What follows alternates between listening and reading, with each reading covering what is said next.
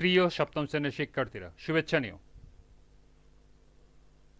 আজকে আমি তোমাদের 2025 সালের বাংলাদেশ ও বিশ্ব পরিচয় বিষয়ের নতুন বই থেকে তৃতীয় অধ্যায় পরিবারে শিশুর বেড়ে ওঠা, এখান থেকে বিভিন্ন কাজ ও প্রশ্নের সমাধান করে দেব।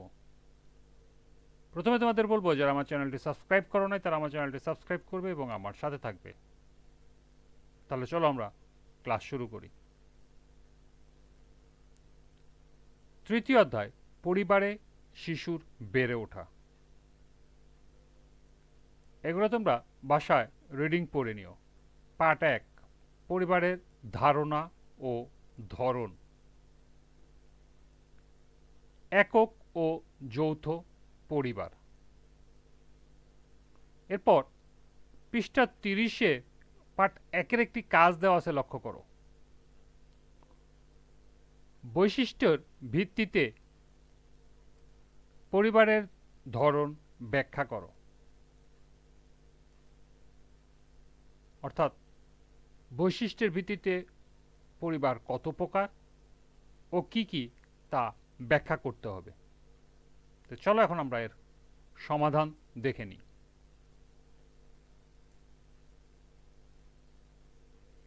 এর সমাধান হবে, পরিবার হচ্ছে ঘনিষ্ঠ সম্বন্ধ দ্বারা সম্পর্কিত ব্যক্তিদের একটি গোষ্ঠী।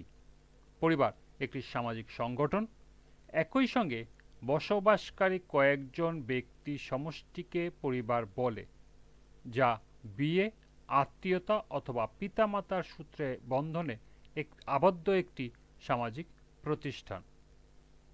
বৈশিষ্ট্যের দিক দিয়ে পরিবারের ধরন নিম্নরূপ। 1. একক পরিবার। স্বামী, স্ত্রী এবং অবিবাহিত সন্তান নিয়ে একক পরিবার গঠিত।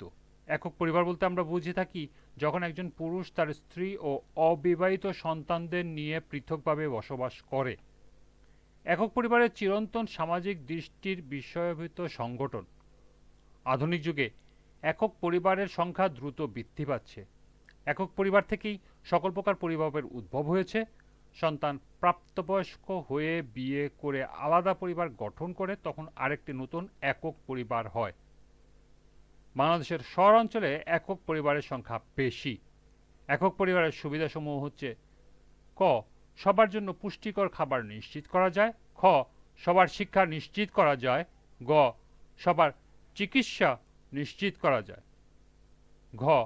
অপেক্ষাকৃত ছোট্ট বাড়িতে বসবাস করা যায় এবং অল্প আয়ে সংসার চালানো যায়।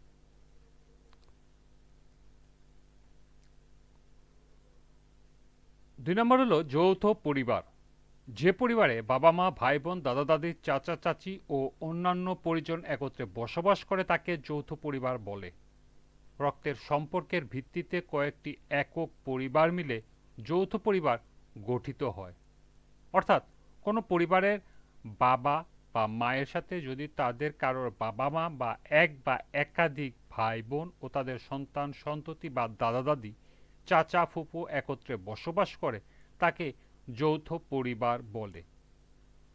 প্রত্যেক লোককে যৌথ পরিবারের ক্ষমতা অনুযায়ী গ্রহণ এবং প্রত্যেক লোককে তার প্রয়োজন অনুযায়ী প্রদান, এই নীতিতে ভিত্তিতে যৌথ পরিবার পরিচালিত হয়। বাংলাদেশ ও ভারতের গ্রামাঞ্চলে যৌথ পরিবার দেখা যায়। যৌথ পরিবারের সুবিধাগুলো হচ্ছে: ক. পরিবারের সদস্যদের পারস্পরিক সমর্থন পাওয়া যায়। খ. দায়িত্ব ও কাজ পরিবারের সদস্যদের মধ্যে ভাগ করে নেওয়া হয়ে থাকে। গ. রীতিনীতি ও মূল্যবোধ সংরক্ষণে গুরুত্বপূর্ণ ভূমিকা পালন করে। ঘ.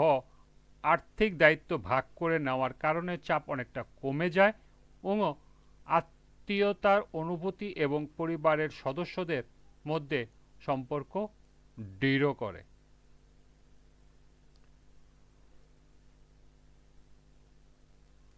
এই ছিল কাজ 1-এর সমাধান। এরপরে পার্ট 2। আজকের ক্লাসটি এ পর্যন্তই। পরবর্তী ক্লাসে পার্ট 2 থেকে এর কাজ সমাধান করে দেব। সবাইকে আবারও বলছি, যারা আমার চ্যানেলটি সাবস্ক্রাইব করো না তারা আমার চ্যানেলটি সাবস্ক্রাইব করবে এবং আমার সাথে থাকবে। সবাইকে পরবর্তী ক্লাস দেখার আমন্ত্রণ জানিয়ে আজকের মতো আমি এখানেই বিদায় নিচ্ছি। আল্লাহ হাফেজ।